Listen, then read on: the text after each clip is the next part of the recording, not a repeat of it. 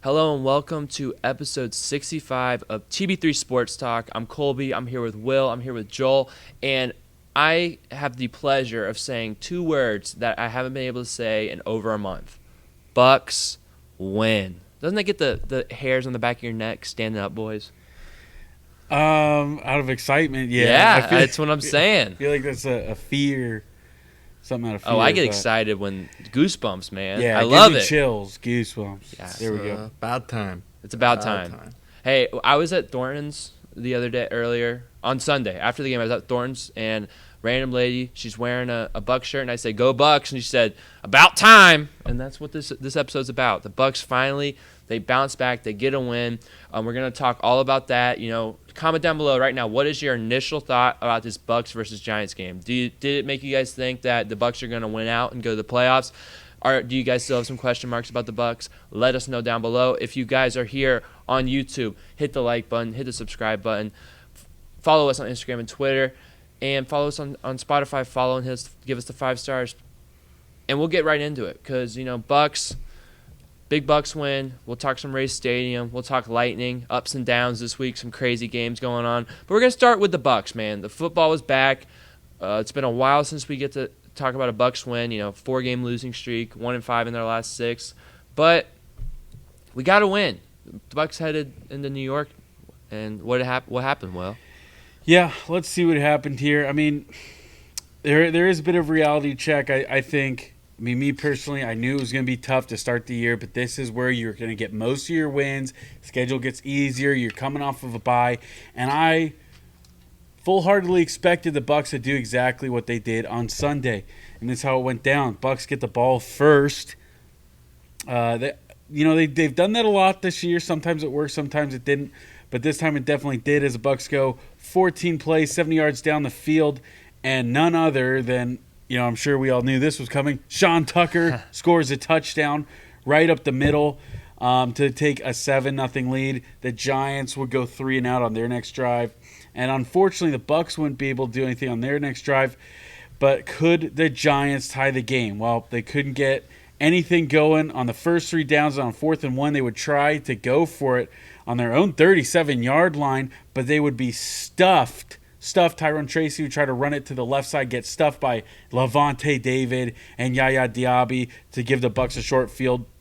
How the Bucs handle that, though, they would kick a field goal. Should have been a touchdown, but Sean Tucker fumbles it at the goal line. Baker Mayfield falls on it. Bucs are able to get 3 out of it, though. 10-0.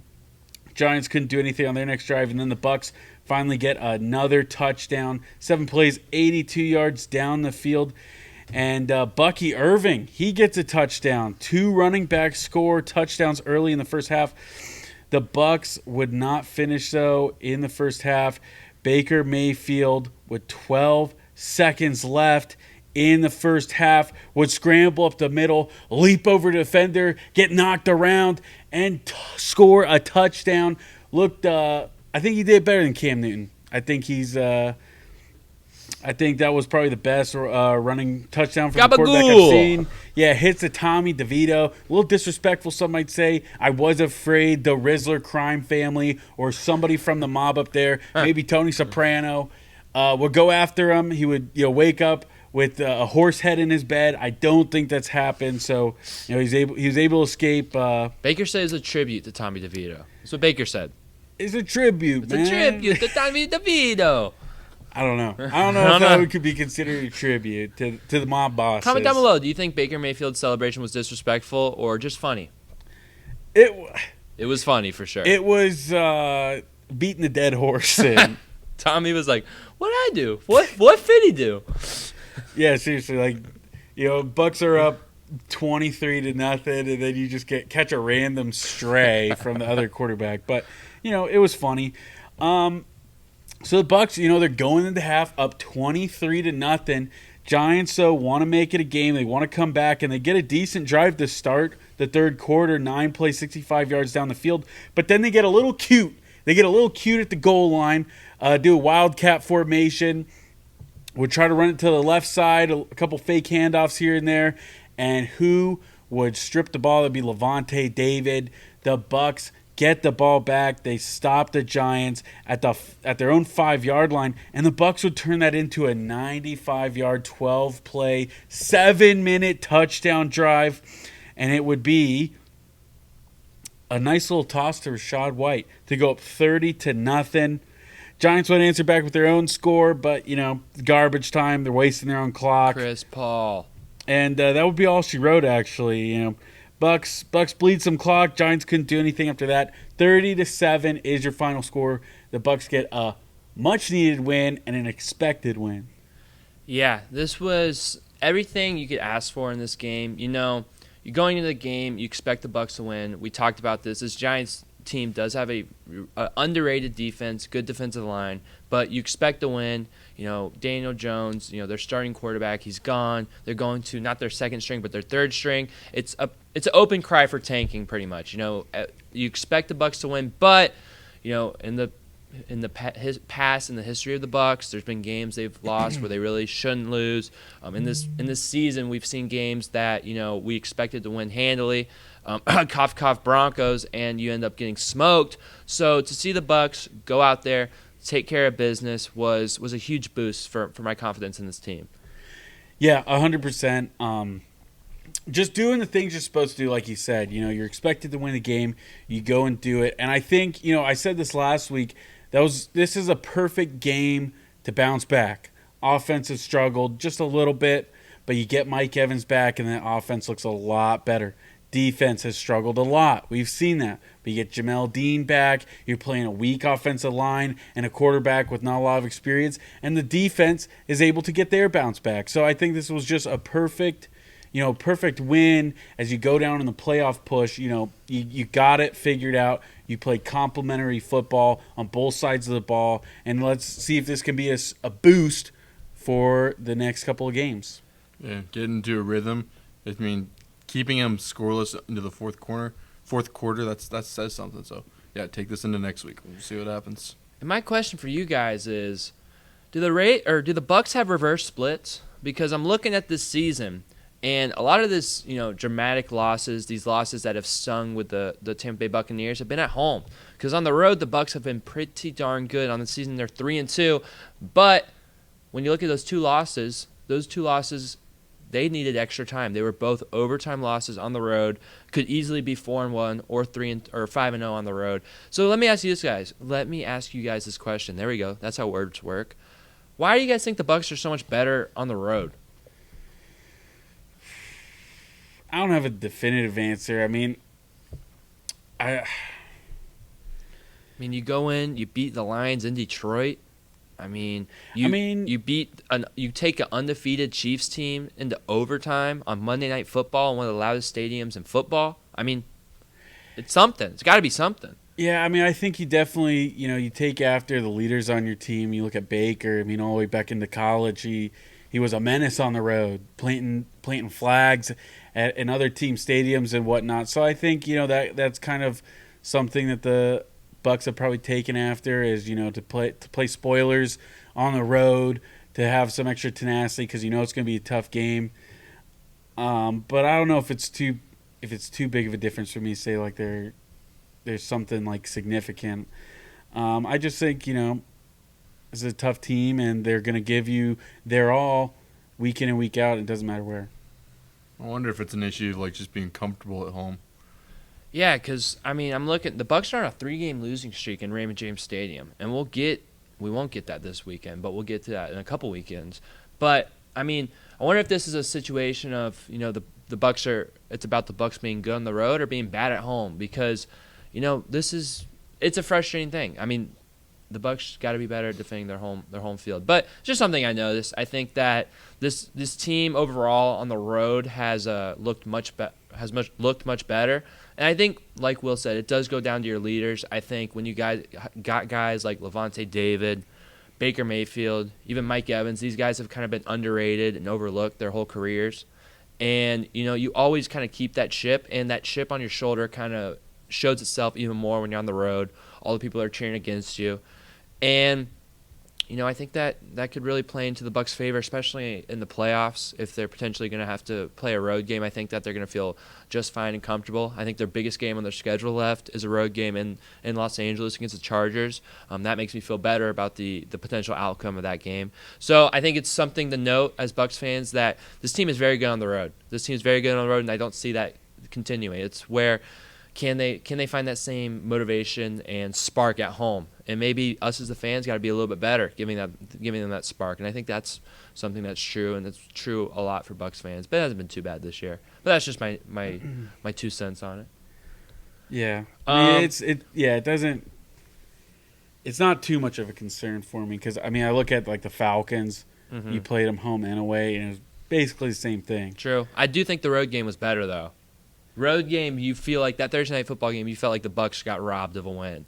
If the Bucs had won at home, that kind of would have been a stealing of a win. But you think there's a lot of complaints about that Kyle Pitts play. True. That is true. Where And a lot of people felt like they got robbed there too. the only football game in the history since 2015 to not have a pylon cam, I feel like.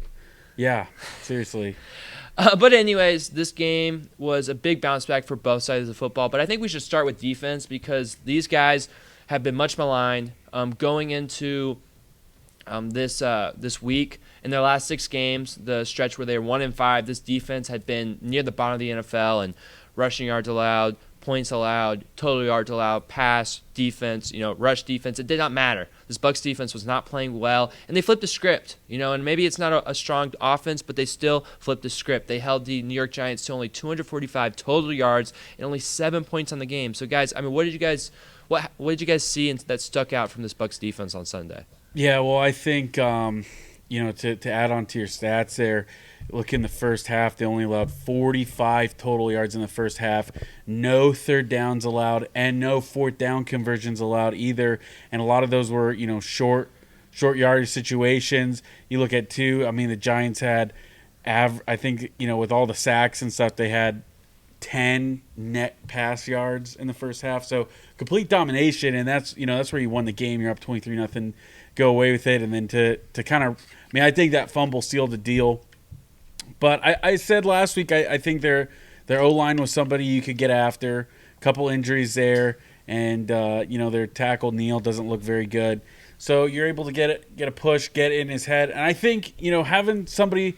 I think we'll get to it later who we're thankful for and stuff like that. But I think Todd Bowles can be thankful for somebody like Jamel Dean because I think he comes back and that secondary looks a whole lot better.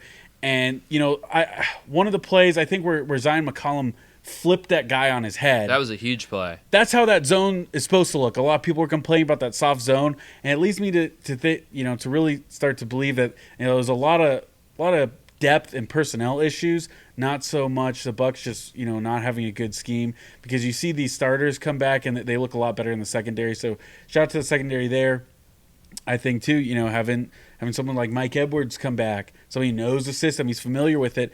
Whitehead goes down and Mike Edwards comes back and makes 2 plays back to back. You like seeing stuff like that. So I think we focus on the offense a lot as them being the ones with the health issues, but the defense has battled with that all year, and we saw them be the healthiest they've been in a while, and it turned out to be pretty good. We mixed it up just enough to keep Tommy DeVito unsure of himself, and it ended up working great. And I think health is an important thing to mention too, Will, because not only from the players that were not playing and were playing this week, as in Jamel Dean and obviously Mike Edwards coming over from a different team, but I think it's important to note that the players that were kind of banged up, I'm thinking Antoine Winfield, Vita Vea, Kalijah Cansey, even Zion McCollum, these guys all had stuff that were lingering issues that caused them to miss practices. Some of them, it caused them, to be in question of missing games. Some of them even did miss games. Winfield did, Vita Vea did. These guys looked much healthier. They looked much rejuvenated. They looked, much more dangerous. And I think it was very, very evident that this was a crucial bye week for this Tampa Bay Buccaneers team. I completely agree. And I think on defense, I think the scheme was good. I think it's a good point. And I think the leaders really stepped up. I think you could tell that this was a motivated Bucs defense because we've been saying this for the whole time this Bucs defense has been struggling.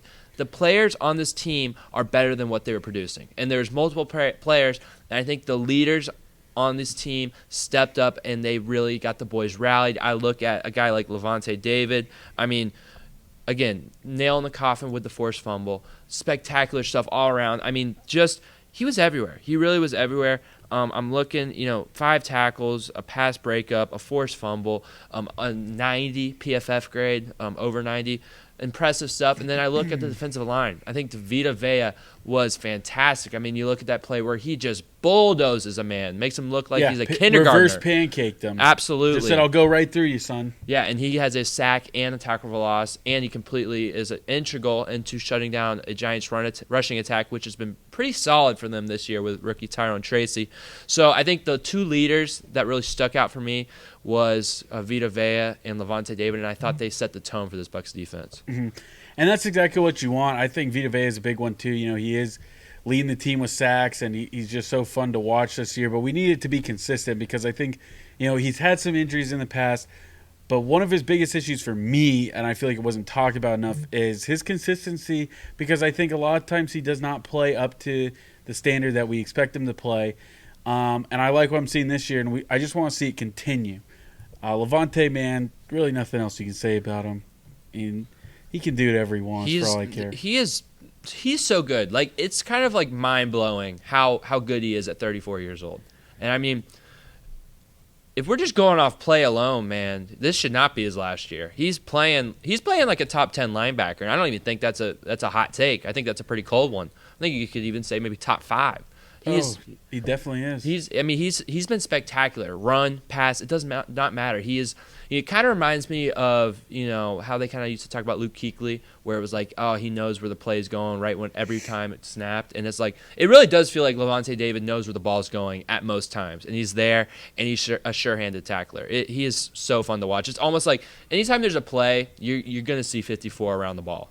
He's so good. And then speaking of inconsistency, something that I really, really love to see in this game was Antoine Winfield, man. I think he benefited a lot from having that bye week to get healthy. I think he has to have been playing through something, throughout the season. He was in a boot and only missed a couple weeks. So I think it's impressive that he's been playing, and he played at a much higher level. I mean, I look at him, 6 tackles, a sack, a tackle for loss, a pass breakup, and a quarterback hit. That is the Antoine Winfield stat line we are accustomed to seeing. That's what made him the highest paid safety in the league. And that's what we need to see. He is such a crucial part. He is a game-changing defensive player. And if we get this Antoine Winfield, it's going to be a different story for this Bucs defense. Mm-hmm. Going back to Levante David, Ray Lewis didn't retire until 37. Levante David will be 35 in 2025. So maybe we do get a couple more years of Levante David. Like, I kind of thought this was his swan song, but he's not playing like it is. Not at all. I think ideally for me, I'm just a sucker for the storyline, but I think if the Bucs could get an inside linebacker early on in the draft, a guy that can kind of either be next to Levante David or behind Servace Dennis this year and kind of get groomed by Levante David while he's on his way out, kind of, Doc with Lightning McQueen type stuff, you know what I'm saying? Like, that would be my ideal. Like, I was watching Saturday night, I was watching Danny Stuntsman from Oklahoma, and like, you put that guy with Levante David as a mentor for a year, he'll be a Pro Bowler for years to come with the Bucs. So that would be an ideal situation for me when it looks 20-25 Bucs. Yeah, I guess should be Servace. But I think Servace has already learned. Just based off his play, you just got to stay healthy. And I don't know if I trust him to stay healthy yet. So I want That's what I'm saying. I need a horse. Because even when Levante's gone, we're going to need someone next to Servace. It ain't going to be KJ Britt, I'll tell you that much. Vi Jones? Well, if he can't get over KJ Britt, I don't have a lot of promise in that kid. No offense, Vi Jones. I hope you're amazing. Yeah, anyone else that really stuck out to you guys' Bucs defense? Christian Eisen, 10 tackles, eh? Yeah, he led the team with tackles. Clyde Cansey. Yes. He's been on one. Mm-hmm. Last 3 games been spectacular. Yeah. Spectacular stuff. Yeah. So, I mean, defense was really good, like we mentioned. I mean, what were the Giants end up being on third down? Like, you said no third down conversion. It was better than I expected it to be. I just saw 5 of 11. Yeah. Over 2 on fourth down. No third downs in the first half. In the first half. So all of those were in the second half. That's impressive. Impressive performance by the Bucs defense. I know it's the Giants. I mean, that's the elephant in the room. We know this is one of the worst teams in football, but still, this is domination. This wasn't, a scrape by, win by 10, pull away at the end, win. The Bucs dominated. The score was probably closer than the game actually was. So this is all you want to see from a Bucs defense for sure. Mm-hmm. We ready for offense? Yeah, let's get to offense. I think offensively, that first half was very, very impressive. Another case of, we had that long streak of the Bucs not being able to score on their opening drives, and it seems like they do it every single time they get the ball at this point. I think that when you look at, again, when we're talking about players that looked healthier, none looked healthier than Baker Mayfield. We know he had that toe issue when we were talking about the 49ers game, wasn't as mobile, and this dude was running every which way, man. A quarterback draw on 3rd and goal to score a touchdown, I love it, Liam Cohen. And, he was spectacular, 24 for 30, 294 yards, a 107.5 passer rating, no touchdowns, no interceptions, which is a key thing. And, yeah, what did you guys see from Baker Mayfield on Sunday? I think, I feel like you kind of, understated it a little bit, man. This is my MVP resume for him, was this game right here. He didn't throw any touchdowns, but he sure ran one in. Yes. He's all over the field. He's running. The escapability of him is off the charts, throwing lasers to many different receivers. You got Ryan Miller, Mike Evans, Trey Palmer, McMillan, Cade Otton, Irving. All over the field with 11 different receivers with a catch. Yeah, 11 different receivers doing stuff, just putting his life on the line. Yeah. You talk about most valuable player. That's what Baker Mayfield is to the Buccaneers. Mm-hmm. Giving his life for the team. Sean Tucker fumbles that ball. Who's the first one there to dive on it? You never see Cam Newton do that. No. You never see Cam Newton do the things Baker's doing right now. Okay?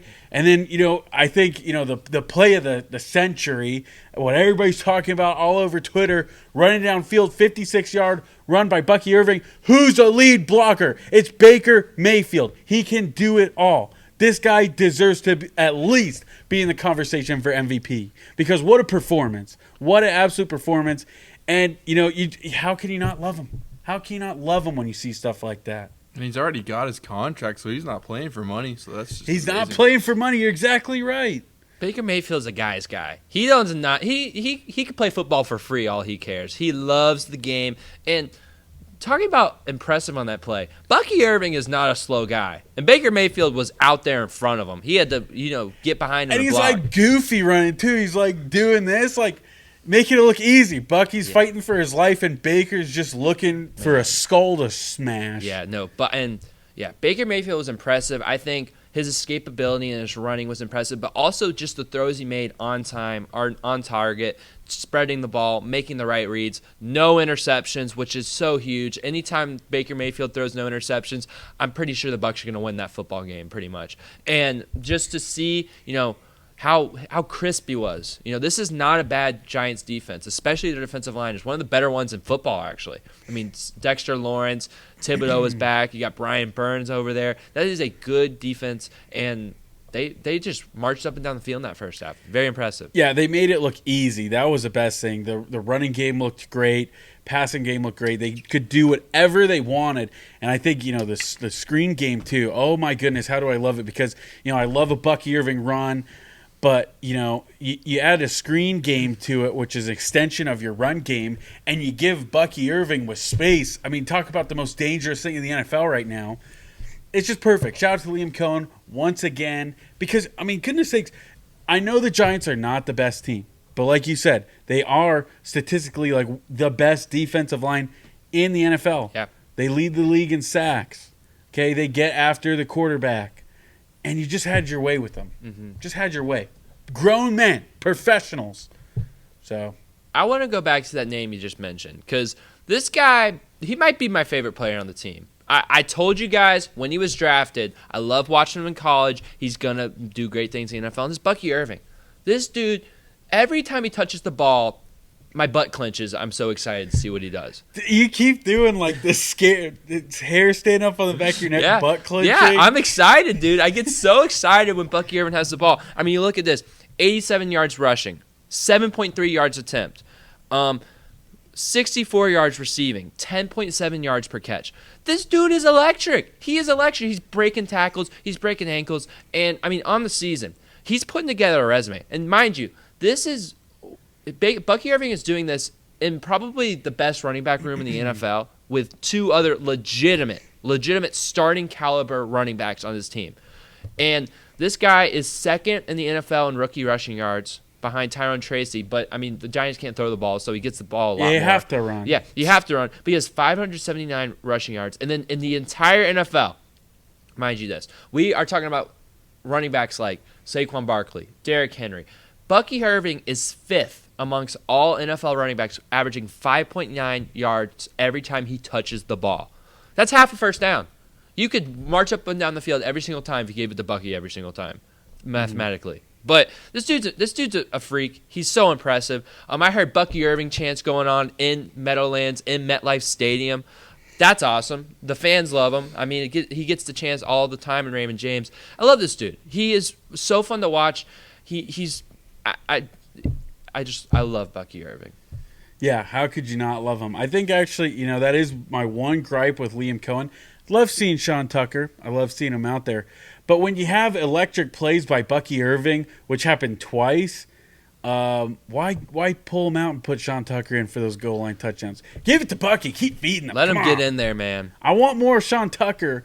But if Bucky makes, it was a beautiful screen pass when the whole team's trying to push him in, which, one could argue he probably got in anyway. He handed it off to Sean Tucker, touchdown. And then, I want to say on the other one where Sean Tucker fumbled, you hand it off to Bucky and he gets you right there. Yeah. Reward him. Yeah, they loved that goal line package with Sean Tucker, and lead blocking in that package was Vita Vea. I got really hopeful they might have thrown a little pass to him. Oh, when he came out the second time, I was like, all right, guys, we're going to have to give the ball to Vita Vea. But then that was almost disastrous. That was a crazy play. I've never seen a fumble be on the ground for so long with no one touching it. We got Giants players kicking the ball instead of picking it up. I mean, crazy play. Receiver-wise, it was good to see 1-3 back. Mike Evans, 5 catches, 68 yards. A lot of those, majority were in the first half. He got the ball early. I love when they get him the ball early. And it was apparent, just how much more big play ability that Mike Evans gives this offense. And it stretched the field, which I think is a huge reason why Bucky Irving had such a huge game as well. Yeah, Mike Evans is, your security blanket, warm milk and cookies at the end of the day. Now you're doing it. What? Warm milk and cookies? You're doing it now. Yeah, he's like your security I know, blanket. I love it. I'm saying you're doing what I'm doing now. You're using feelings. Yeah, but you're using like scared feelings. Hair sticking up on the back of my neck and my butt's clenched, when... Hey, sports just make me feel something, man. All right? It's when, like, Hail Mary, my team's down. Then I'm like, I give myself fevers. I don't know about you. I have given myself fevers during sports games. Like 2014 Seminoles, when every game was like that's overtime, feverish, dude. man. Like I was giving myself the flu every Saturday. So I was getting all worked up. But yeah, no, I think Mike Evans is a security blanket for Baker, and I think you see that transpire throughout the game that he just plays with a little bit more confidence when he has somebody like Mike out there to throw to, and a lot of those catches are on third down where Baker's at least looking to him on third down conversion. So that's another reason why we're so glad to have him back, and it's just because we love Mike Evans. But my question to you is, out of the secondary receivers, who had the better catch? Was it Payne Durham or was it Raheem Jarrett? Dude, both had spectacular catches. It's got to be Payne Durham, man. Every time that guy catches the ball, it's a highlight to remember. He's like, it is, yeah. For 3 plays a season, that dude, I swear, he's Rob Gronkowski. It's like Gronk puts on his jersey. He's wearing 87 anyways. But yeah, that was an impressive catch. It was good to see him get the ball. He's got such a good football name too. It's like you gotta give it. Yeah, Payne bring the pain, baby. Bring the pain. Ryan Miller had a good catch too, and it was like kind of a suicide pass. He got rocked on it. True, but he held on. That was a good catch. My only complaint about the offense is with Mike back, Cade Otton only gets 3 targets. I mean, dude, this guy's been your bell horse for the last month. Like, make sure that guy keeps getting the ball. I want to see Cade Otton get at least 5 targets a game because his one catch was for 30 yards. So keep giving Cade Otton the ball. He's deserved it. Do you have him on fantasy? I don't. I just I love it. agree with you because I have him on fantasy. Oh, brutal. And I felt like a genius picking him up a couple weeks ago. He's getting 20 points a game. Pretty hard to do coming from a tight end spot in fantasy, but then this week he gets 4 because of one catch, exactly 30 yards. And I had Johnny Smith on the bench. He got me 23. Oh, man. That's a brutal play. It's the push for the playoffs. You can't be making mistakes like that. I'm probably a limbed. Oh, man. But I did win. I still won. Thanks to... I'm a bubble team, man. Dude, well, honestly, I think my league is the craziest. There's 8 teams. Only the first seed is clinched. Really? Everybody else is still in it with this late in the season. That's impressive. From 2 to 8, it is all up for grabs. Wow. That's impressive. Yeah, Bucs offense was really good. I loved, we said it before, but 11 different receivers having a catch. That is phenomenal. Testament to Liam Cohen, another fantastically called game, if I do say so myself. I 30 points. Would have liked to see him get a couple more points, maybe get a 40 ball on the Giants, but it's the NFL. You don't want to. These guys are making money. They're professionals. You don't want to embarrass them, and you don't want to. I don't know. You don't want to get the guys hurt. But that's it. I got nothing else on the offense. Shout out School, man. He did really good. He played a lot better. He's played. Tristan Wirfs out. He played good against San Francisco too. Ever since that Detroit game, he's played so much better. I must say. So hey, shout out Justin School, man. We were calling for his head. Like it was easy. It was atrocious. It was atrocious. Because say what you want about Aiden Hutchinson, I don't think he's 5 sacks good against that kind of O-line. Well, considering it was just like I'm just gonna speed rush every time, and Justin School he doesn't do anything. Yeah. He just, especially Aiden Hutchinson, he just runs up field half the time, gets washed. I don't know. People just hype him up because he's on the Lions and he's a Michigan guy. But yeah, we made him look so good. That's like one of the things I hate the most is when we gas somebody up. That doesn't we make Kirk Cousins look good. That's something that'll make me lose sleep. That's fair. Yeah. Anyways, I mean, the Bucs, they picked up a big win, and the schedule gets about just as tough because they're playing the Carolina Panthers, a team that has been playing better football recently, a division opponent. The Bucs are headed into Carolina for their first game since they clinched the playoffs in Charlotte last year. I was there in Charlotte to watch the Bucs clinch. Good game. No touchdown scored, but that's all right. A win is a win. Chilly too. It was chilly. It was nice. But yeah, the Carolina Panthers, their struggles were very much highlighted. Bryce Young was benched, but they are starting to turn a corner just a little bit. In their last 3 games, they're 2-1. They're coming off a game at home, which was basically a road game for them with how many Chiefs fans were there. Did you see that, Will? It was so obvious because it was red and blue. It was crazy. It was like 90% Chiefs fans in the Panthers stadium. I mean, they're just bandwagons. No, but it was like jarring. It was one of the most jarring opposing fans takeover things I've ever seen. I mean, if I was a Panthers fan, I wouldn't show up because your owner's terrible and he's ruining your franchise. Dude's a clown. Those tickets probably got priced up too. Probably. Oh, for sure. And yeah, Chiefs fans don't exist. It's just Swifties. A little bit, It's true. It's true. It was just crazy. But back to the point, the Panthers are 2-1 in their last 3 games, coming off a narrow loss to the Chiefs, but they're playing much better football. Bryce Young is back. We're kind of seeing that Bryce Young might not have been all the problem. Maybe surrounding with a terrible O-line and terrible receivers wasn't the best move, Carolina Panthers. But in all seriousness, the Bucs still have a very much a lesser opponent ahead of them with the Panthers, a team, their best player. Derek Brown, that's his name, right? Derek Brown's out.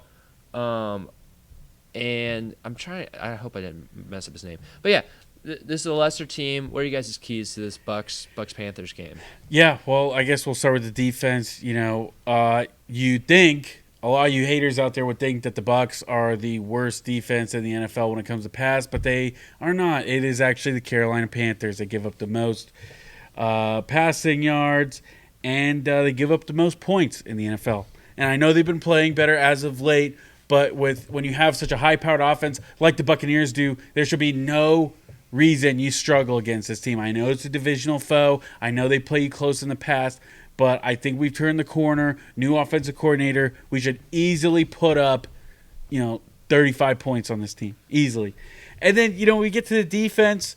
Bryce Young has looked a lot better, and, Xavier Legette. He looks like he could be a number one wide receiver in the future. I think, the guy you got to watch out for is Chuba Hubbard, the Chuba Missile Crisis, as what's his name? Chris Berman likes to say on Monday Night Countdown. You want to watch out for him. You want to limit the run game, force Bryce Young, to make some bad decisions because I think they're still in there. You got to get pressure on them. And again, you can take advantage of, like you said, a bad offensive line. You can definitely take advantage of that. Again, you match up well against the receivers. I don't think you should have any problem there. This should be, by all means, a dominating win. Yeah, I agree. Oh, I was going to say, I think the guy you got to watch out for is Dave Canales. Like, does he have any insider trade secrets? I mean, I would think so. Maybe. Just enough. I think he's got just enough. He might. I mean, Dave Canales wants to win this game. He might dial up a trick play in there. I'm not saying that I'm scared of his offense because I'm not. I just think he knows enough of our weaknesses to, pick at him a little bit. It's possible. I think the key to this game, so obviously, is to start this game like you started last week. The Bucs, they go down, they score, then they force a 3-and-out. At that point, there was little to no doubt who was going to win that football game. That's what the Buccaneers have to continue to do against these lesser teams. It's hard to upset a team it's hard to be upset by a team if you break their will. It's very, very hard. And I think the Tampa Bay Buccaneers, if they come out business as usual, come out with the swagger that they usually do on the road, I think it's good that it's on the road at this point. I think that will help motivate the Bucs. If they do that, there's no reason they're going to lose this football game. Like Will mentioned, their receivers, there's no problem in the pass game. Zion McCollum, Jamel Dean, now that they're healthy, back to being one of the best corner duos in the NFC for sure. Defensive line, again, like Will mentioned, stop the run. But I think the Bucs, when they're right, when they're not giving up gashing pass plays, and when they're healthy, they can pretty easily stop the run, and I think they will. Offensively, pretty easy. Don't turn the ball over. Anytime the Bucs don't turn the ball over, usually they move the ball, and usually they move the ball pretty frequently and easily. So the rush game is going to continue to be good. You got all these weapons. Mike Evans, I'd love to see Mike Evans go for 150 yards. I'm a little bit worried about his 1,000-yard streak. And by a little bit, I mean I'm a lot of bit worried about it. Need a big game from him. But other than that, I really think there should be another cruising win for the Bucs. Mm-hmm. I guess we should predict, huh? All right, I'm ready. I have just enough fear in Dave Canales and enough fear that they're going into this thinking this is going to be a cakewalk. I'll start it off, take the loss. You guys can clean me up. But I'm just going to do it quick. I'm going to go 27-24 Panthers. Wow. I think we're going into this one a little blind. We beat the Giants. I had no idea that we invited T-Crass on the panel for today. I just did T-Crass voice, too. Yeah? That was an honor of you, T-Crass. I used to like you. In all seriousness, I think this could be a trap game. The Panthers are playing better, but I'm not buying it. I think the Bucs have a really good mindset. I think they're motivated. I think they think they're a playoff team because they have the talent to be a playoff team. But in order for them to do that, either catch the Falcons or the Commanders or anyone like that, they got to win these games, and they got to continue to string together win by win. And if they do that, they should become a playoff team. They should win this game. I think they will win this game. I think they'll win 31-16. I think they'll win this game. A little bit of a tougher game than the Giants, but still should be an easy Bucs win. Again, Mike Evans, 150 yards. Put your life savings on it. Yeah, and you said Dave Canales might just have enough on us. Well, I think we have just enough on his offense because – let me just say, last year Baker had to save that offense from themselves. Terrible running game yet again. No improvement from the year before. He's a one-year coordinator. He goes to become a head coach. I think he's way in over his head. I think maybe in the future they're good, but right now they're not. I think the Bucs are a way better team, and I think they're going to expose the Panthers. And before we move on, sorry, you didn't say your score. Yeah, 37-21. 37-21. Before we move on, I just wanted to kind of do a quick standings check. Some ideas and looks around the NFL. So your Tampa Bay Buccaneers are currently second in the NFC South. They are a game behind the Atlanta Falcons, but we will make that a game and a half because obviously they did not have the tiebreaker. So the Bucs have to be 2 games better throughout the last 6 games of the NFL season to win the NFC South than the Atlanta Falcons. As for the wild card, this was a good weekend for the Bucs wild card chances because a lot of the teams in front of them lost. This includes the Washington Commanders, who lost in heartbreaking fashion to the Cowboys. Scripted game, if you ask me, just crazy stuff. Cowboys did not choose to, tackle Terry McLaurin, but they missed the extra point anyways. So who cares? But also, the Rams, the Cardinals, all those teams lost in front of them. The Bucs now sit in the 9th spot in the NFC wild card picture. They are they're a game and a half behind the Washington Commanders. And obviously they have the tiebreaker over the Commanders. They are a game behind the Cardinals, and they are 3 games behind the Packers. So you really only see a world where you can catch the Commanders in this situation. But the Commanders really seem catchable. So I don't know, guys. Has any of your guys' opinions on the Bucs playoff chances changed from in this last week of football? No, I still believe that the Bucs have the chance to win the division, and I think. I'm pretty confident in that still. Like I said, I've said it 100 times now. I'm not worried about where they are record-wise. I said they were going to be pretty close to what they are now. So, and they still have plenty of opportunities to win a lot of easy games. I think we've seen the Falcons time and time again. You look at that Seattle game, you look at the Denver game where they just look terrible. I think that can happen easily. Keep in mind, this is Kirk Cousins. I've watched Kirk Cousins his entire career. I don't think all of a sudden he's on the Falcons and he's going to be a lot better. He had plenty of good teams in Minnesota and did nothing with it. I don't think it's going to be magically different in Atlanta. I think they have the capability to lose a lot of games and make that race close. You look at the Commanders. At one point, Jaden Daniels was a clear favorite for Rookie of the Year. Now they struggle a ton, losing to the Cowboys. I mean, that's a bad loss. They kind of can't beat any good teams, and they still got a tough schedule down the stretch. And not to mention the Bucs own that tiebreaker against them. Same thing with the Packers. Jordan Love one day looks like the best quarterback in the NFL, and other days he looks absolutely abysmal. So don't worry about the Packers either. I think they can lose a lot of games too. The best thing for the Bucs to do is just handle their own business. They control their own destiny, win the games you're supposed to, go on the run like I expect them to do, and they'll be just fine. Yeah, and I think it's important to mention, especially the Falcons, they have the Commanders, the Vikings, and the Chargers. These are all teams with winning records still remaining on their schedule. This weekend, I'm pretty sure they have the Chargers, so that'll be a good test to see. Hopefully, Jim Harbaugh, I'm rooting for you, baby. Let's go. Let's get a W, Jim Harbaugh. Let's go. But it's important to see that. Again, Commanders, they still have the division teams, which they historically struggle with, and obviously they have to play the Falcons too. I think both those teams are catchable. My question to you guys would be, do you guys think it's more likely the Bucs win the NFC South, or are they making it in through the wild card? I think I'm going to go South. I'm looking at the Washington schedule, and their schedule looks like they're going to go 3-2 from here on out. So I'm going to go that we could catch the Falcons easier. Yeah, I completely agree. I think they win the South. I think at the end of the season, they could have done both, but I think they will win the South. But I think they will make it in one way or the other. Because I'm not convinced the Bucs are going to lose another game this year. And they might not, although I kind of want them to. I don't like winning streaks going into the playoffs. They can lose that last game if they're already in. Yeah, that's one ideal. thing. That'd be ideal because I want to say that's against the Saints. Yeah, I think it's Panthers Saints at the end of the year. Yeah. Hopefully you get to that spot because, again, I don't like going in on a win streak. Just means you're a little too comfortable going in the playoffs. I'd like them to win 11 in a row in the Super Bowl, though. 10 more. Super Bowl run back in 21. Yeah, the Bucs did lose in between, though. They didn't. So it was Chiefs, and then they kept winning after that. But that was later on in the season because they didn't have a double-digit winning streak. I don't think. Could fact check me on that, but I'm pretty sure I would remember that.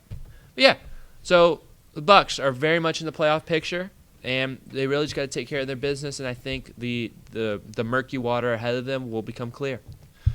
Mm-hmm. But yeah, there's other news before we get to the Lightning around the Tampa Bay area. We got some more news on the Rays Stadium situation. I think Joel's going to fill you guys in on it.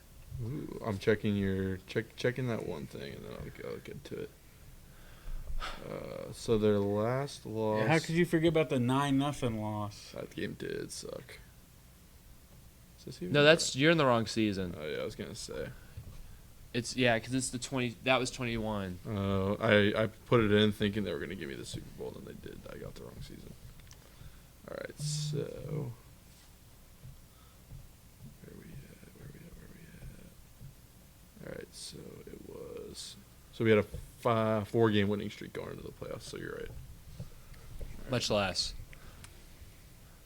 So with 6 is too much for me. That'd be crazy. Stadium. All right, so this is what I appreciate. This is like, I feel like there's good news coming out of all this. Don't listen to the St. Pete Times, Tampa Bay Times. They're Stu's little minions, so just forget about them. I'll cross promote. Listen to J.P. Peterson. He's the guy on this. I'm just bringing you some of his facts today. And St. Pete in the last week wrote out a letter, kind of saying like, "Hey, Rays, let's just make sure the facts are straight here." So they put out the Rays recently on Sunday put out that nobody was communicating to them, but the Rays had no representatives at the August 29th meeting with the St. Pete Council, and because there were no representatives there, that's when the Rays decided that they would hold out on the bond resolution until November 19th, which is the one that just passed, which is why all the news is coming out. And with all that now, the Rays are like, there's no commitment to the stadium. There's no commitment. We can't do this. The money's not there. Yada, yada, yada. Wumbo, who cares? And again, remember that these bonds didn't need to be agreed upon until March 31st, 2025. No deadlines have been violated. And in all of these things, the Rays are trying to find a way out. That's the goal. I don't know what it is. I think they're just looking to kind of make people bid for more money going into their pockets and stuff. But again, St. Pete's got a backbone. They got a backbone, and I appreciate it. You guys can look into this letter more in depth on your own. It's all over social media. Yeah, it's You can on read social it. media. Yeah. I found it on Bay News 9 a second ago. Yeah. It's really, really good. And Tampa's been a little bit more vocal about all of this since these things have been happening about a couple weeks ago. Ken Hagan, one of the guys in the commission of Tampa, the city of Tampa, he's one of the higher-up guys. He's been fighting for the Rays for years. He was one of the guys who led the 2018 charge for the stadium. He's again saying, if this thing falls through, Rays, the door's open. Rays can come on over here and talk. And he said on to one of the newscasts yesterday that they've been having meetings virtually with some of the guys on the Tampa Bay Sports Association. And as well, he's talked to Jane Castor as well, and she's beginning to listen to some of these things as well. So the next thing that could be happening is that MLB either forces Stu Sternberg to sell, or Stu Sternberg sells just out of the pressure of all these things that are happening. And the Times and Stu will want you to believe that there's nobody out there willing to buy, ready to buy. But there are. These groups can happen overnight. They are happening as we speak. And, I mean, this is my dream. But Jeffrey Vinnick has sold off a lot of the Lightning, so he could jump in on something like this. That'd be the dream. And this is something that J.P. Peterson said, and it makes sense. But the Ybor City site hasn't been touched much since 2018. So they have all those renderings ready to go. So that's like a year plus of work already done. So they could just copy and paste that, and we could be getting this thing going sooner than later. And being in Tampa, Tropicana Field's likely not going to be rebuilt, just facing the fact we're going to have a party in Tampa, and then the party will finally finish off once we're in that new stadium in Ybor City. And with that, I sign off. Well, and also another thing that happened since we last did our show was the St. Pete City Council, they voted to approve, I think it was about $23 million to repair the Tropicana roof. And then about a couple hours later, they overturned that ruling and decided to re-vote later on down the line. So that money did not get pushed to repair Tropicana Field. Again, just delaying, and making it a weird situation. And I think there's stuff behind that too. Probably. Like there was probably a phone call or something like that where something was said and they said, okay, well, if Tampa is your goal, then we're not going to repair this. Stay in Steinbrenner and then build your stadium. St. Pete's out. Like that's what it sounds like. But in all of these things as well, The Rays are going to continuously try to make it sound like St. Pete's the reason for this. They didn't agree upon the bonds and all those different things, and we are the victims of all this. But remember, St. Pete's the one ultimately getting taken by all this, because worst case scenario is the Rays don't build the stadium, but then Rays get the majority of the profits for the redevelopment plans of the Trop site. Yeah, that makes sense. Honestly, that was my number one takeaway from that letter was kind of seemed like the Rays were kind of framing the city of St. Pete for something they did. Stu's a crook. Yeah. Crook, screw Stu. It is. At this point, you see all this stuff going on, and my plea to Rob Manfred, I know he's watching, of course, but my plea to Mob Ranford is what I was about to say. Rob Manfred and Major League Baseball is at some point you have a mess going on in Oakland on the West Coast. You cannot have the same mess going on the East Coast of the United States. You can't. That is terrible for your league. Stuff like this doesn't happen in other leagues. It really doesn't. These are messy situations. You're about to have two teams playing in minor league stadiums, and one was because of a hurricane. We get that, but this could be extended for the foreseeable future. And the outcome and the solution is clear.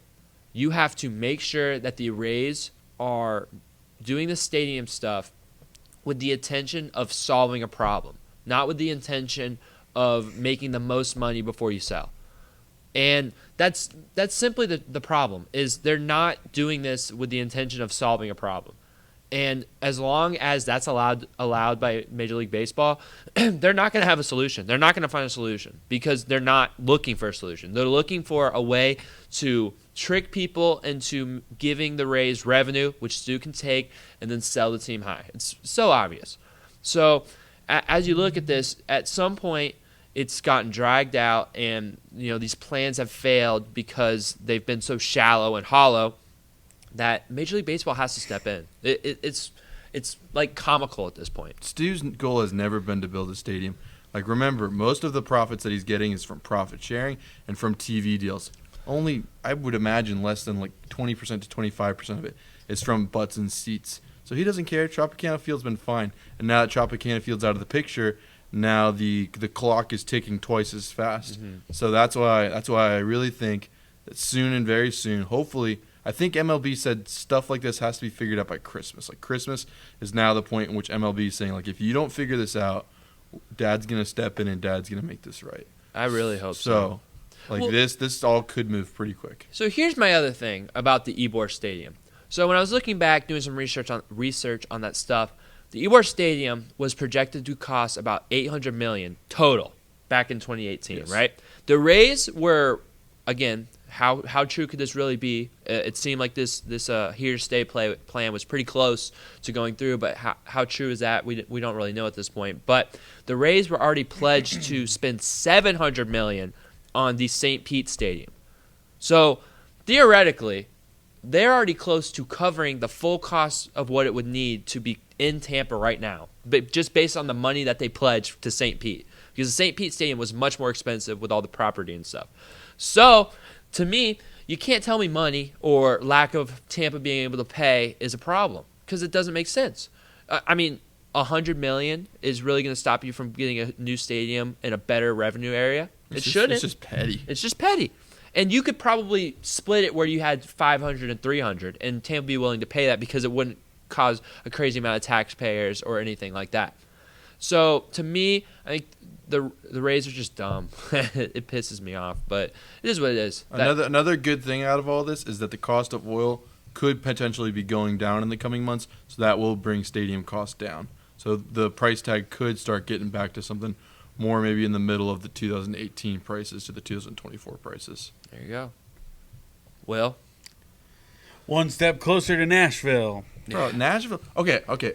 Since we're on the topic, Nashville's not going to be building the stadium because they're building the football stadium. Yeah. All their bed taxes. Charlotte's going to have to fix up the Carolina stadium. The only one that makes sense is Utah. And I saw them talking about it on the news the other day. The Utah news was like, "Get ready, guys. I think we're going to be getting 2 teams within a year." I just saw Charlotte has renderings for a stadium now. Yeah, I think it's going to be the same thing as Bank us. of America is fine. Oh, they're renovating the toots out of that pretty soon. Well, Yeah, Nashville's definitely not. Nashville has put all their money into the new Titans Stadium. So. Yeah, it's frustrating. I Yeah, just wish. I think Utah could be the one to pull it off, but again, MLB doesn't want a relocation fee. They want the expansion fee. And if the expansion fee comes into play, if this all takes place, if Tampa moves to Utah or something like that, I think the market of Tampa Bay, I think we as a whole have enough ground now to stand on where we could sue MLB, just like we did back in the day with Vince Namoli. No, that's not. I forgot his name. Anyways, so I think regardless, I think I said it last week, but there will be baseball here in 2031. There we go. Hey, if Joel believes it, we know Joel. He likes to be a little negative sometimes. If Joel believes it, I believe it. I'm on his side, man. I'm hoping for it. Yeah, because the Rays have already violated the contract that they put in place this summer. Whether it was handshake or not, I don't know. If it was handshake, they might not be able to sue against it. But if there's some form of writing, I think that MLB is going to try to cover that up. Stu would want to cover that up. And because of that, there will be some expansion talk if something goes where the Rays are not in Tampa Bay anymore. Dang straight. Is that it? We good? We got that off my chest. I think we're good. I love stadium talk, man. It's good. I've been keeping up with this stuff since I was like 11. Yeah, it's too big. That letter was too big of a thing for us not to talk about. But yeah, if we last week, if you guys are interested, episode 64, we did a much more in-depth breakdown on the stadium and Steinbrenner. Oh wait, Tampa. There's a little bit more. Yeah. Okay, St. Pete has been so awesome about this. One of the leaders has said that Stu Sternberg is the most tone-deaf man he has ever met. Oh, I did. And see I think that. it might have been the same guy, it might have been another guy. But he said, personally, I hate Stu Sternberg right now. So St. Pete's again, they got a spine. I'm loving it. I appreciate that. Yeah. Just man, Stu, All get right, him out now of I'm here. done. I just like looked down at my notes. That was the last thing I wanted to say. I just don't. Rob Manfred really has to take a look in the mirror. Like baseball, if you guys disagree, you can step in. But I don't think baseball by far has the most terrible owners out of any sport They proportionally. really do. I mean, it's the ATM of sports. Seriously, and you look at that, and it has to go back to your commissioner. So Major League Baseball has got to do better. Well, there's no salary cap. That's a big problem That's too. why. Yeah. I mean, you look at Pittsburgh, Oakland, Tampa. But if there's no Colorado. salary cap, Cincinnati's bad. If there's no salary cap, you have to be more willing to step in and fix and remedy situations. You have to. I mean, you can't, give one way and not take the other way. So I think it's so irresponsible what Major League Baseball is letting a bunch of franchises do with their owners. It's so irresponsible. But, I mean, they got their little pretty World Series this year, but I don't think the game's in a good spot right now based on franchises. There's just too many really, really hurting franchises based on their owners. Mm-hmm. But, yeah. We'll head over to the ice with one of the better owners in sports. I love you, Jeff Vinnick, and all the stake owners of the Lightning. But yeah, the Tampa Bay Lightning, they headed into their game against Columbus, finishing out a short little road trip, coming off a overtime win against the Pittsburgh Penguins. And boy, let me tell you what, some of my PTSD from 2019 was kicking in against the Blue Jackets. The Lightning would jump out to a 3-0 lead, and that lead would be gone very quickly. And this game would be back and forth. Every goal was met with an answer.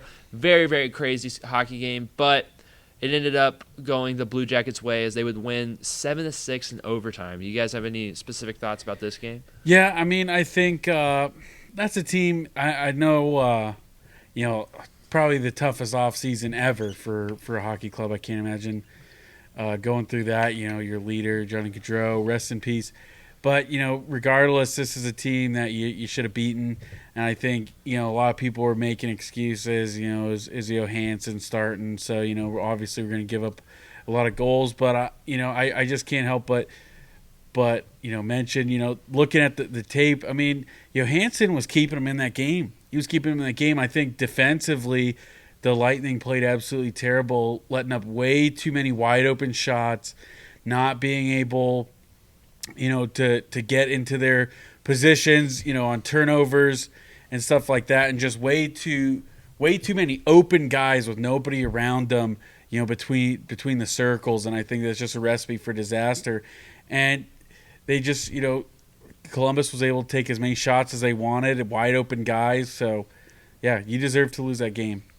I'm actually right there with you, Will, because I was looking at the tape earlier today, and I mean, maybe 1 or 2 out of the 7 goals were softies from Johansson, but a lot of them were just really, really quality opportunities for the Blue Jackets. And to me, I mean, I look at this, and it's kind of like, I know there's like a weird take and analysis, but the Lightning were just really bad at retrieving the puck in this game. They were really bad. They were out of rebounds position. and ricochets were not able to get a hold on, especially in their own zone. Yeah. Absolutely, and it really cost them. And I think a lot of people were out of position. You know, the changes weren't as crisp as they need to be.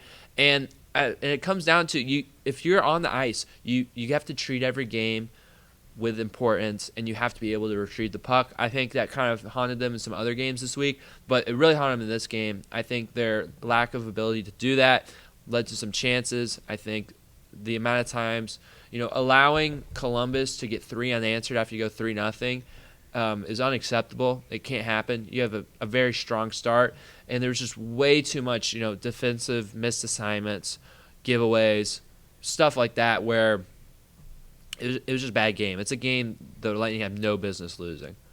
Yeah, 100%. You should not have lost that game. I wonder how the ice was. Like, I'll look for an excuse. Like, I wonder, like, if they're having a hard time retrieving the puck, I wonder if the ice wasn't too hot for this game. Just scoring 13 goals in total for the whole game. It's possible. And the Lightning weren't able to get 2 goals in a row after they got 3 to start the game too. They weren't able to take the game by a chokehold. They never had a full punch back. They kept answering, but they never got on top. It was just frustrating game, man. Yeah, shout out Braden Point though. A nice goal to start off, and then Cam Atkinson. He was a longtime Blue Jacket. He was able to. That was his first goal of the season, correct? Yeah. Was not able to get revenge on his team, but at least he scored on him. So looks good in the stat sheet, eh? Hey. Moving on. Yeah. Next game, the Lightning went back home to Amalie Arena, and this was a really quality game, I must say. Dallas Stars, one of the better teams in hockey, Lightning at home. And this game ended up being a 4-2 defeat for the Lightning. Very, very, really fun to watch first period, actually. Very good hockey. 2 goals apiece for each team. Ottinger, Vazny were making big saves, going back and forth. And then the second period, nothing was scored. The Lightning had some good opportunities that they weren't able to cash in. Again, the Otter, he's a great goalie. And then the third period, the Lightning started to unravel. The Stars would get 2 unanswered goals in that period, and that would be all they needed. And the Lightning would lose 4-2. Yeah, you look at the Dallas Stars. They're a good team. They're one of the best teams in the NHL. I personally think, you know, Ottinger is probably one bad game away from flipping burgers, in my opinion. Really? But, yeah, I don't know. He just That's he crazy. can play good in the regular season and get to the playoffs. It's a whole different story. Dude, and that game, what was that? Game 7 against Calgary a couple of years ago? Yeah, a couple of years ago. Still, like, that was one of the best goalie performances I've ever seen in my life. Yeah, but ever since then, it's anyways. But, you know, they're a good team right now on paper. And when they, you know, it's hard to score goals against them. They're good defensively, and Ottinger can make plays every now and then. And when, you know, you only give up 2 goals a game, or when you do give up 2 goals or less, you know, Dallas Stars are 5-1. So tough team when you can't score goals. And I think the biggest issue, once again, is we're not able to score on the power play. Go 0 for 3 that game. Plenty of opportunities, plenty of shots were there, but you weren't able to capitalize. And I think, again, defense kind of spilled over from the Blue Jackets game. I think kind of the turning point in this game was, you know, I can't remember who it was. You turn the puck over, and then it's a 3-on-1. And a lot of, watching the film with that, a lot of times, you know, the culprits, you know, turn the puck over or out of position is McDonough and Chernak. And that's got to change because it's like 2 games in a row there where those guys are looking terrible defensively, and you can't let that happen. You got to step it up. I know McDonough's up there. He played better, you know, the past couple weeks, but he just can't have lapses like that. So you got to stop turning the puck over. You got to get better in transition defensively because, again, you're just letting guys take way too many wide open shots on Vasilevsky. Yeah, I think their neutral zone defense was pretty lackluster in this game too. There's just a couple like that 3-on-1. There's an opportunity where it's a 2-on-2, and Duchesne flips a saucer pass all the way across the ice, and player gets stick on it, and it's an unfortunate bounce, but it still is. You got bodies back there. It's not a problem. So I do think neutral zone and transition defense was a big problem in this game. I agree. I think the Lightning, they just had to do a better job burying those goals. They had very good opportunities, especially in the second period. I think I look back, at that second period, the Lightning definitely outplayed the Stars, but they had nothing to show for it. And those are frustrating periods, whether it's, lack of, quality, not getting everything on the shot that you wanted to, good saves, stuff like that, not capitalizing on the power play. That hurt the Lightning. They played a good second period, and then the Stars played a better third period, but they actually capitalized. And that was really what happened in this game. I thought this was a really high-level game. Two good teams. The Stars are one of the better teams in the West. The Lightning can be one of the better teams in the East. It was just one of those games where they just capitalized on the opportunities, and there's nothing really you can say about it. It's not a bad loss like the one before. Yeah, not a terrible loss. You gotta get better with power plays at home, especially teams that are good defensively. You're gonna have to make the most of your opportunities when they come. We lost by 2 goals, but we both teams had 3 opportunities. Dallas Stars got a power play goal, so yeah, that definitely changes some of the trajectory of the game. But it's a game we shouldn't win because we won 56% of the face-offs. We had one more shot on goal than them. We had more hits, so this is an anomaly of a loss for me. But yeah, similar shots on goals, but 4 goals to 2. They just were burying their opportunities a little bit better. A little bit better opportunities, better passes in transition. It makes a big difference. And that's the little things when you're playing a good team at home.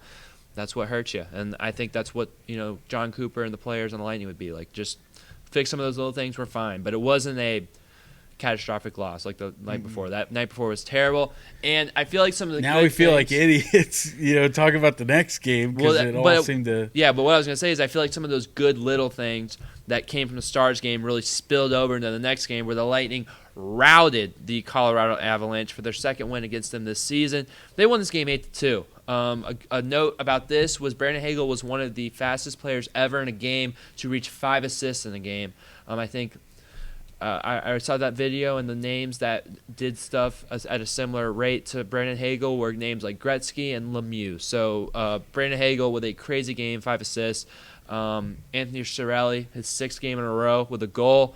And just a really, really good game for the Lightning to bounce back and get a win. Yeah, I mean, what really can you say about this other than just total domination from start to finish? Even when the Avs there early in the first period tried to answer the bell with a goal of their own from Ivan, the Kucherov was able to respond right back with the Lightning. I think, let's be honest here. I mean, it looks like a great win, but the Avalanche have terrible goaltenders. That's been their issue. Not take anything away from the win, but it's good to see getting big time scoring opportunities and just simply going head to head with still a good team. You got some of the best skaters on the ice on the other side, so it's still good to get a win like this. Goalie crashed out too, man. He was heated, dude. Well, I feel bad because they pulled him. Justice Anuin, they pull him in the first because he gives up 3. Then they put in Georgiev. He gives up 2. And they're like, all right, well, sorry, Andy, we're throwing you back out there. And then he gives up another 2. He gives up another 2, so he gave up 5. You don't see that often. He gave up 5, and Georgiev gave up 3. That's crazy. So you just want to demoralize both goaltenders. Yeah. That's the best way to do it. That's crazy. That's really, really crazy. I think, this is a really good game. Nothing really fires me up more than a Luke Glendening shorthanded goal. I mean, come on now. You love to see that. First goal of the season for Luke. Very good stuff. Got a power play goal early from Jake Gensel, which is good, especially considering our power play woes. And really, really good stuff. Shots for landing, good opportunities, set the tone. Didn't allow the big lead you got against the Avalanche to have any questions like you had that big lead against the Blue Jackets. Everything about this game was good, and I liked it. And that's what I like about Lightning hockey is when they do stuff like that. Yeah, and I hate to give I'm not going to give him credit for it. I'm going to credit John Cooper because, we've been waiting for a solid third line, And the third line we got right now is absolutely phenomenal. Connor Geeky leading the way on there. He's and then electric, you add, man. Gonka Claves, he's been playing Yep. solid too. You add Esimont and Chafee in there. They kind of transition. And, the way those guys are playing, and, it shows up on the stat sheet. I think the other day, Geeky gets a goal and an assist. Esimont scoring. So I just loved seeing how those guys have been playing, and it gives me some confidence. Lines 1 through 3, these guys can all play. And Geeky's 20 years old, man. He is 20 years old, and he's looking like the truth. So great trade, whoever made that one. He will. I'm not saying his name. I won't do it. But John Cooper, way to put those lines together. But hey, Seriously, and the infusion of youth has been so exciting. I think part of the reason why the Lightning have been so streaky is they're relying so much on youth, and that youth can sometimes be up and down. But I think as the season gets later, as more experience is had, I think that all these ups and downs early on is going to very, very help the Lightning down the road in a playoff push and potentially in the playoffs. Love Geeky. I love Moser. Goncalves. It's hard to say his name.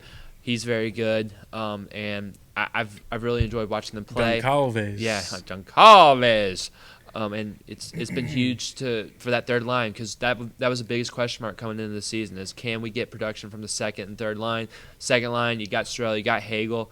You felt pretty good about those guys. You got Paul playing well. And then the third line was a lot of question marks, but they're looking really good, and I think they will really only start to look better and better as they get more experience. Mm-hmm. We ready to look ahead to some Lightning hockey throughout the week? Yeah, man. Got 3 big games. You want to? I'll do it. Yeah. The Wednesday, that would be tomorrow. That would be tomorrow at 7:30 on TNT. The Washington Capitals come to town, so make sure, if you're not doing anything, a lot of people, you got the date. You got Thanksgiving off for sure. You can have a late night if you want. That'd be a fun little opportunity to go to that game. Back home for Thanksgiving break. Go to some Lightning hockey Exactly. game. Yeah. And then, Friday at 3 o'clock, the Lightning head to Nashville to face Steven Stamkos once again, the struggling Nashville Predators. And then, it's back-to-back. Lightning are back home. That's kind of a quick little turnaround, but back home on Saturday at 7 o'clock to play the Maple Leafs. So you're going to have, this could be 3 tough games, or you can make the most of your opportunities. I think, looking at the Capitals, I don't think Alex Ovechkin will be back after he was off to his hot streak. So, they're still a sneaky good team, but without their leader there, that should be a solid win for them. Predators, terrible. Absolutely horrible. I think you win that game pretty easily. And then the Maple Leafs, that's always going to be a tough game, but you're at home. So show up, Bolts Nation. Don't sell your tickets to Toronto fans. Don't let them in. Fight them outside. Fight them outside Amalie. You guys see that thing that said Ovechkin got hurt on the same day as Joe Theismann? Yeah, there's something bad about it's like November cursed. 7th in Washington, D.C. That sucks, man. Hate to see that, man. Might be it for Ovi. I don't know. We'll see. He'll be back for sure, but he's only a few goals away from the record. So he's got to do it. Yeah, he's gonna keep. He's like what, 26? He's gonna play till he's like 52. He's gonna get it for sure, but I think he probably wanted it this year with his timetable of coming back. I don't know if he'll get it. So does that do I have to come back a whole year? Do you see something where he just gets the record and retires? I don't know. We'll see. But he's not playing. It's going to take him a little while to get the record. Like, how many goals was he away I think it's from 26. I want to say it's 26. Maybe I'm wrong. Yeah, I don't know. As for these games, I see a lot of opportunities for wins, especially coming off this big win against Colorado. I think at home against Capitals, I'm with Will. I think this should be a game you win. I think you already beat the Capitals this year on the road. So I would like to see the Lightning come home and win this one. Capitals, I guess, have been playing good hockey. That's a little bit better record than I expected them to have. And then Predators on the road, they've been struggling. Obviously, there will be a little bit more juice in the arena just based off it's Black Friday, Stamkos against his former team. There's going to be juice in the building, but I do think the Lightning will be able to come out and play some good hockey. And a little juice for the Lightning might not hurt. And then back-to-back against the Maple Leafs, that scares me. Games against the Maple Leafs don't usually go good in the regular season for the Lightning. and on the second night of back-to-back. That is not my favorite thing ever. And with that being said, I think the Lightning will go 2-1, and I think they're going to lose that game to the Maple Leafs, but they're going to win the first two. You know what? I'm going to have the utmost confidence in them. I think they're going to go 3-0. I think, a game like that where you put up 8 goals against a good team, you have some history with them, you own them in the regular season, I think that's going to give you the boost, and then you're playing some rivals, some foes. I think the Lightning are just gonna, they're gonna have a chip on their shoulder. They're gonna have a chip on their shoulder. They're going 3-0, and Connor Geeky scoring a goal. I shouted him out. He's gonna get another goal for me. I'm gonna go 2-1. Capitals are kryptonite. I think we lose to them, and let's see who's getting me a goal. Let's go Cam Atkinson. Let's go crazy. Nice. That's a nice one. I like that. I'm gonna say Luke and Glendening scores another goal. I love it. I love Luke. Who doesn't, man? Who doesn't? Before we leave, we want to just wish happy Thanksgiving to you guys, and we're gonna play just a little bit of a game because it's tradition. If you guys were here with us last year, we played a game on Thanksgiving.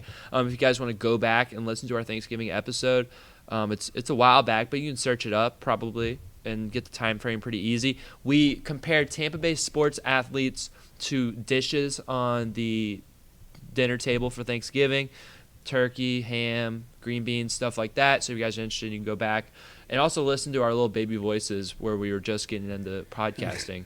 And but today we're going to play a game of being thankful. You know how we go around the table and we say what we're thankful for on Thanksgiving? We're going to say who's thankful for what. So I'll just start us off just so we get the example of what we're doing. I'm going to say Baker Mayfield, he's thankful for Liam Cohen. 104.1 passer rating is the highest of his career. I think Baker Mayfield's thankful for Liam Cohen. That's a good one. I think Nikita Kucherov is thankful for Jake Gunsel coming in. That's somebody who can not only take some good slap shots and score goals from the assists from Kucherov, but he can also dish it out pretty similar. And I think, adding that dynamic duo together, I think they're building a lot of chemistry, and it's looking so sharp. That line looks absolutely terrifying, and I think that's what Kucherov is thankful the most for this Thanksgiving. I think Evan Longoria is thankful for the short wall, the cutout in left field. Rest in peace to Choppy Canfield. That's beautiful, man. That's beautiful. I think staying with the Rays, I think Taj Bradley is thankful for July 2024. You look back, he had a 1.45 ERA in 5 games in that month, and it might be the only thing keeping him from being sent to Durham for the rest of his career. So he's thankful for July 2024. I think Alex Golesh, head coach of the USF Bulls, I think he's thankful for Kelly Joyner. Giving the Bulls a spark to the run game when their offense was struggling big time, and they just look so gosh darn good. They look so dominant, especially in the run game. Another over 200-yard total rush yards game back to back. Make sure to listen to our TBU episode, a little plug in there. Make sure to listen to it to hear our analysis. But yeah, I think Golesh is thankful for Kelly Joyner. I think the Bucs offense is thankful for Vita Vea, both on offense and on defense. I like it. I think Anthony Cirelli is thankful for TB3 Colby. And why would he be thankful for me? Well, ever since I called him out on the podcast and asked for some more production from him, he has scored a game in all 6 goals since then. 6-game goal streak for Anthony Cirelli since I asked him to produce more on the podcast. I think Shaq Barrett is thankful that the Bucs are a team of second chances because there's been rumors that he wants to come back and play. I think the Bucs need an edge rusher. I know he's tied with the Dolphins right now, but he did say if he came back, the Bucs were his number 1 team that he'd want to play for. So don't be surprised if you hear something in the news that Shaq Barrett is coming to Tampa. I think the Los Angeles Dodgers are thankful for the short leash that Kevin Cash had on Blake Snow. Oh man, twisting the knife. Okay, I think Elijah Badger is thankful for DJ Lagway. Elijah Badger is one of the highest yards per catch guy in the whole entire country. And that's because DJ Lagway throws the deep ball so dang good, and I think he's so good. Florida Gators, man. It's beautiful, man. Now I'm gonna have to think of one. Joel, if you got one, go. Nope. No, I got one. I got another one. I need your time to think so I can get one. I think USF fans are thankful that their new on-campus stadium has broke ground. I think that is going to be a huge difference maker in what them becoming a legit football program and going to the ACC. Yeah, I hope they're in the ACC or SEC because Or Big 12. Go back to where UCF is. No. You know what? We're better than them. Dang straight. I'm going to say it. You know, I saw some hateful comments on our, nice little Instagram reel. Yeah. That was just bringing was back just the being rivalry. nice. It was a war on I-4. Talk about one of the all-time great rivalries. And just a brain-dead UCF fans that get on there and just start talking trash. And look where your program's at. Everybody, the Gus bus has broken down. Mm-hmm. He's not good. There's smoke around it. Yeah. It's not good. A kick six made that man who he is. Outside of that, he's not a good coach. You guys aren't going bowling. What's his name? RJ Harvey. No. Who? KJ Jefferson. Yeah, he's fat. He's a disappointment. Your program's in shambles. And we got Golish. We got, we got a good class coming in. We're flipping recruits left and right. We're going to be the better team. Watch TB3U. Yeah, We'll watch talk all about TB3U. USF on TB3U. All right, guys. What are one thing you guys are thankful Wait, I got for? one more. One more. I think the Tampa Bay Rays are thankful for Hurricane Milton. Because they're staying in Tampa? Yeah, however you want to interpret it, audience. All right. Hey. All right. There we go. One thing, Joel, what's one thing you're thankful for in this Tampa Bay sports world? Just in general. I'm going to go Jeffrey Vinnick. Saved the Tampa Bay Lightning from relocating, and now we're the class of hockey, and he may soon save the Tampa Bay Rays. It's my nightly prayer. I'm thankful for, I'm thankful for a fun Bucs season. Thankful that we get to do this, talk sports, be, get to cover a lot of teams, go to a lot of games, see stuff in action. Thankful for the encounters that we've had, engagements with all our followers. I'm probably thankful for that one random text message I got at the beginning of the season about USF season tickets that were on discount, and that's just been a fun little treat getting to see them. We're going to go to as many games as we could anyway, but it was just kind of fun to, say we're supporting the program. We're there all the time. We're always there, always supporting the Bulls, and, hopefully that'll be a thing we do for years until we get, sideline passes or, get in the press box or something like that. But for the time being, we're season ticket holders. Thanks, straight. I'm thankful for Jason Light. I'm thankful for his willingness to bring in Tom Brady and revive the Tampa Bay Buccaneers. And now we expect them to go to the playoffs. You say that to me 5 years ago, 6 years ago, I'd call you crazy. But I'm thankful that Jason Light put the Bucs back on the map, got Tom Brady, assembled a whale of a roster, and has the Tampa Bay Buccaneers in a great spot. So I'm thankful for Jason Light. And I'm thankful for you guys for listening and watching and all that good stuff. And I hope you guys are having a great Thanksgiving. Again, do all the things: YouTube, Instagram, Twitter, Spotify, all that good stuff. We love you guys. Thank you for supporting. Hope you guys have a great holidays and a beautiful and blessed night.